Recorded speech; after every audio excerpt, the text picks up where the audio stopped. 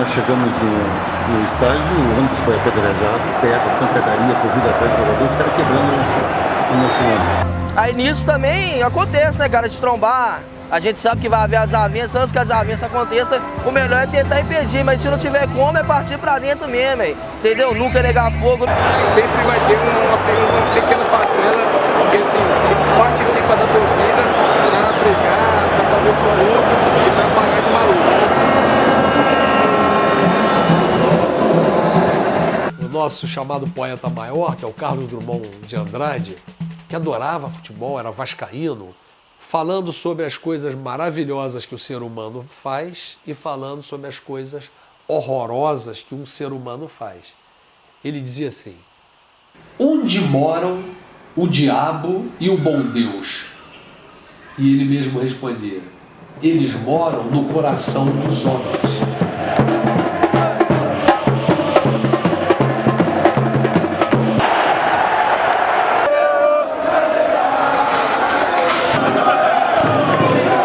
Essas torcidas, não havia praticamente conflito. Havia uma outra briga, uma outra aqui, mas coisas pontuais. Não essa coisa organizada, como guerra, que a gente vê hoje em dia. É que as torcidas organizadas são um grande mal do futebol. Elas afastam o torcedor de bem do campo, elas afastam a família de campo, elas têm inúmeras histórias e momentos de extrema agressividade. Ah, cara, eu vou falar com você, torcida organizada hoje, o bicho para todo mundo que tá lá, não é todo mundo, pô. Você vê que você liga a televisão, você vê os próprios pessoal da rádio, televisão fala que não são todos o mundo que são culpados. Eu gosto das torcidas organizadas. Eu acho que a festa na arquibancada é diferente quando tem a torcida organizada. Ela é muito prejudicada com algumas limitações que são impostas a ela, né? Por exemplo, hoje já não pode mais o papel picado, a bandeira, a quantidade de bambus é limitada, o bandeirão já tem uma certa limitação, mas eu acho que ela mais ajuda, não sei se atrapalha, não.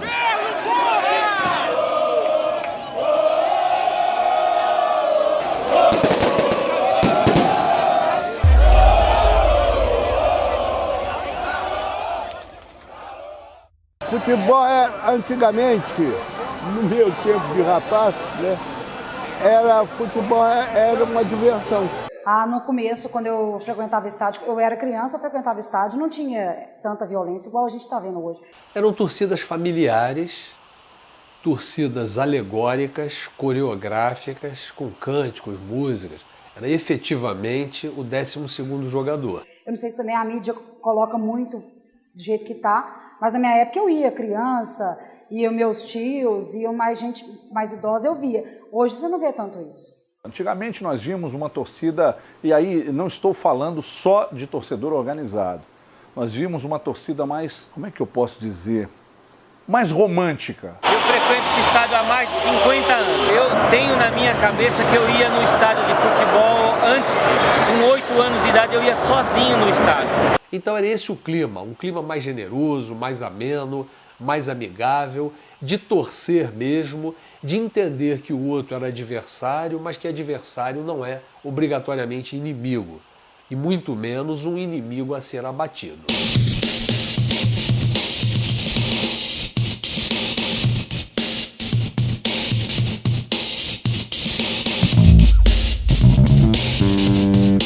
Era o período maior da ditadura militar. Então eram períodos muito difíceis, onde o trabalho, o comportamento, a ação cultural da juventude era proibida. Então, os jovens que não tinham por onde escapar, em muitos casos eles passaram a se expressar através das torcidas organizadas. Eu acho que também a gente tem que levar em consideração que a sociedade brasileira sempre foi uma sociedade violenta. Acho que é muito comum isso ser esquecido quando se aborda a questão da violência no Brasil, porque o discurso que se faz sobre a violência no Brasil é como se essa violência fosse pontual, como se ela fosse localizada. Muitos desses jovens trouxeram para a organização das torcidas o padrão dominante da época, que era o militarismo então vigente, com tropas de choque, com uma hierarquia militar, os líderes e os sublíderes chamados de capitães, tenentes, majores, sargentos. Um comando centralizado, uma distribuição das tarefas e do poder ali no interior daquele grupo muito bem delimitada, uma organização voltada para o enfrentamento. Então, assim, quando você pensa numa gangue, não existe uma gangue isolada, sempre existe uma gangue que se rivaliza com uma segunda gangue. Até que a partir de meados dos anos 80, as torcidas saíram das páginas esportivas e passaram a ocupar as páginas policiais. Foi o início de tudo, em meados dos anos 80. Mas a realidade é que a sociedade brasileira, ela desde o seu surgimento com a colonização portuguesa, com a perseguição aos índios, com a escravidão, é uma sociedade muito violenta, embora o discurso que é feito aqui é um discurso de que a sociedade brasileira é uma sociedade cordial, é uma sociedade harmônica, com violência acontecendo pontualmente. Ao meu ver, é o contrário, a sociedade brasileira é uma sociedade muito violenta.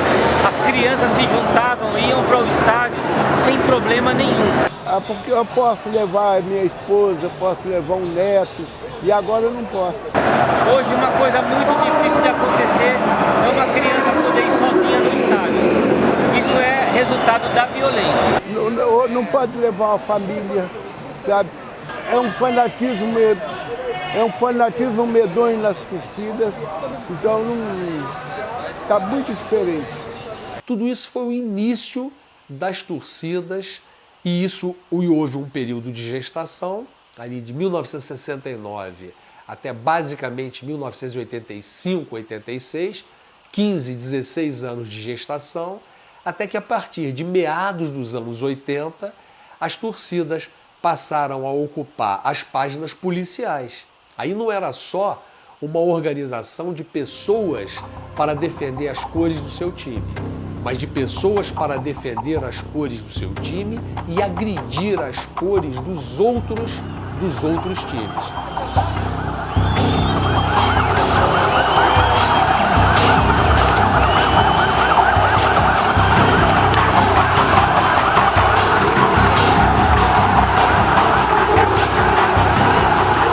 Mudou muito, né, irmão? Hoje as coisas tá tudo, hoje mudou a cabeça hoje dos caras, pensam um jeito. Hoje tem muita gente que vai no estádio realmente mesmo é para caçar confusão, para brigar.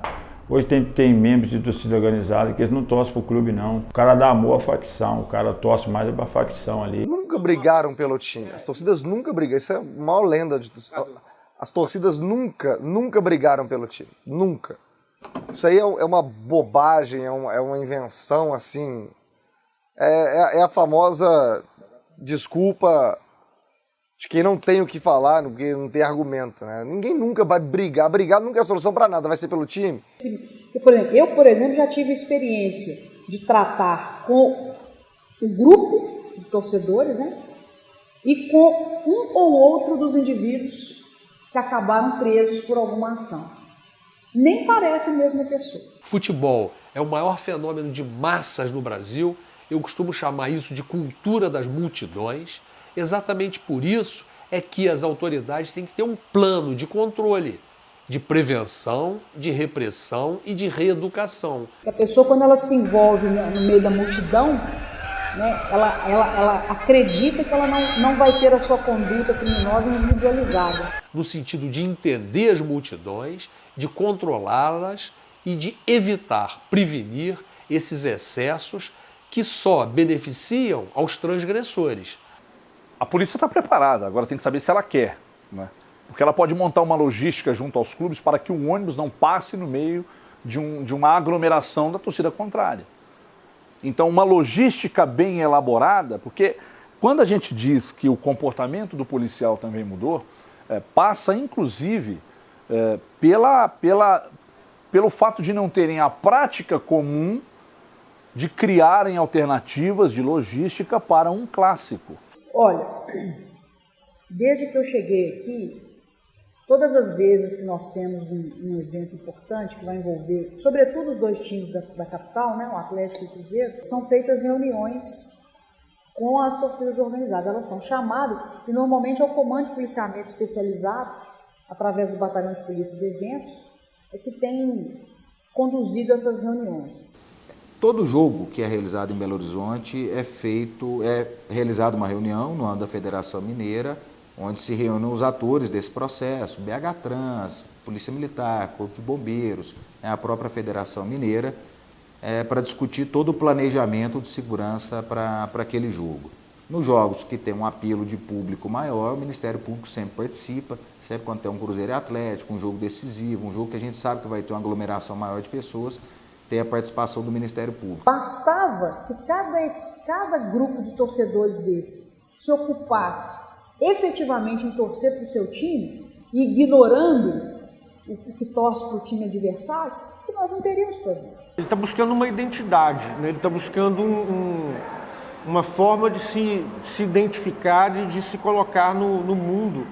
E numa época hoje, né, no período contemporâneo que a gente vive, as formas tradicionais de identificação, elas estão muito enfraquecidas. Então a pessoa podia se identificar assim: eu sou alguém que nasceu em tal lugar, que vem da família tal, que trabalha em tal atividade. Isso satisfazia às vezes as pessoas como forma de identificação.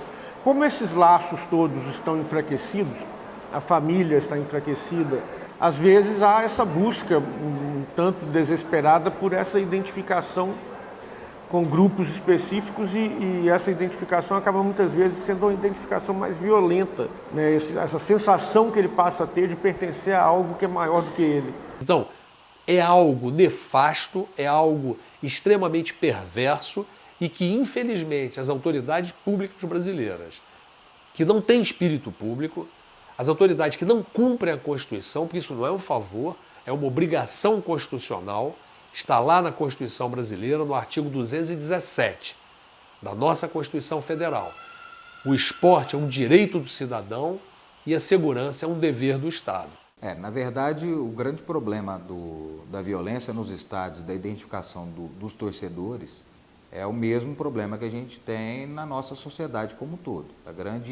O desaparelhamento do Estado, né, a ineficiência do Estado em poder identificar esses torcedores.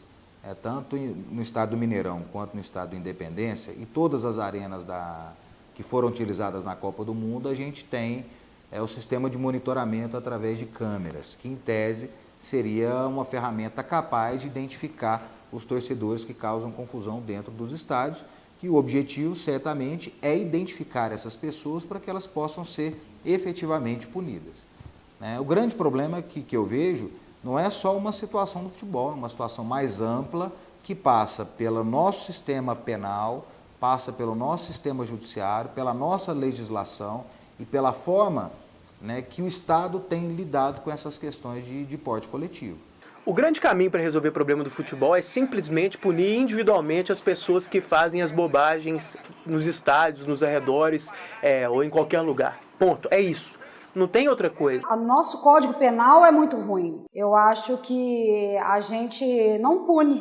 Então a pessoa sabe que se matou, se brigou, no outro dia pode ir para o estádio do mesmo jeito, ou no outro dia está fora. Eu acho que isso é o exemplo. Eu acho que nós precisamos começar a individualizar as penas. Eu acho que quem comete o crime tem que responder. Acho que tem que ser muito mais duro. Nós precisamos começar a enquadrar essa turma por associação para o crime, por crime organizado, porque é o que eles cometem. Isso é crime organizado, eles se organizam para cometer crime. Exclusivos, imagens gravadas pela câmera de segurança de um prédio de Belo Horizonte mostram o torcedor do Cruzeiro sendo espancado até a morte por integrantes da maior torcida organizada do Atlético Mineiro. 5 integrantes de uma torcida organizada do Atlético Mineiro se entregaram hoje à polícia. Eles são suspeitos de agredir até a morte um torcedor do Cruzeiro em Belo Horizonte.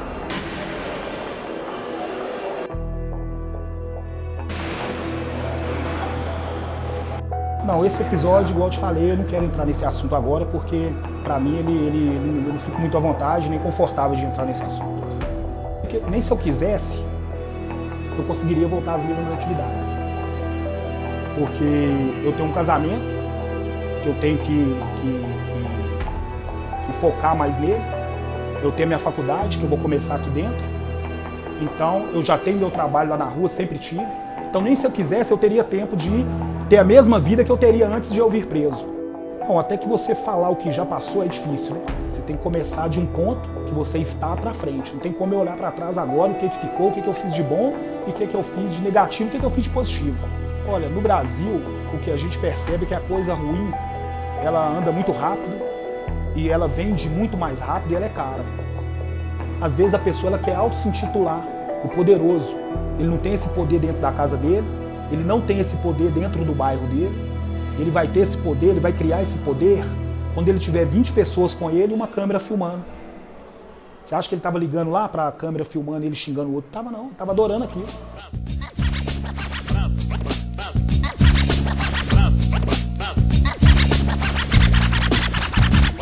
Domingo eu vou pro Maracanã, vou torcer pro time que sou fã. Mas começa uma briga depois do portão de entrada, raça fly e força jovem destruída aqui bancada. Vendedor de mate, rádio de pilha voando e o bambu da bandeira na mão.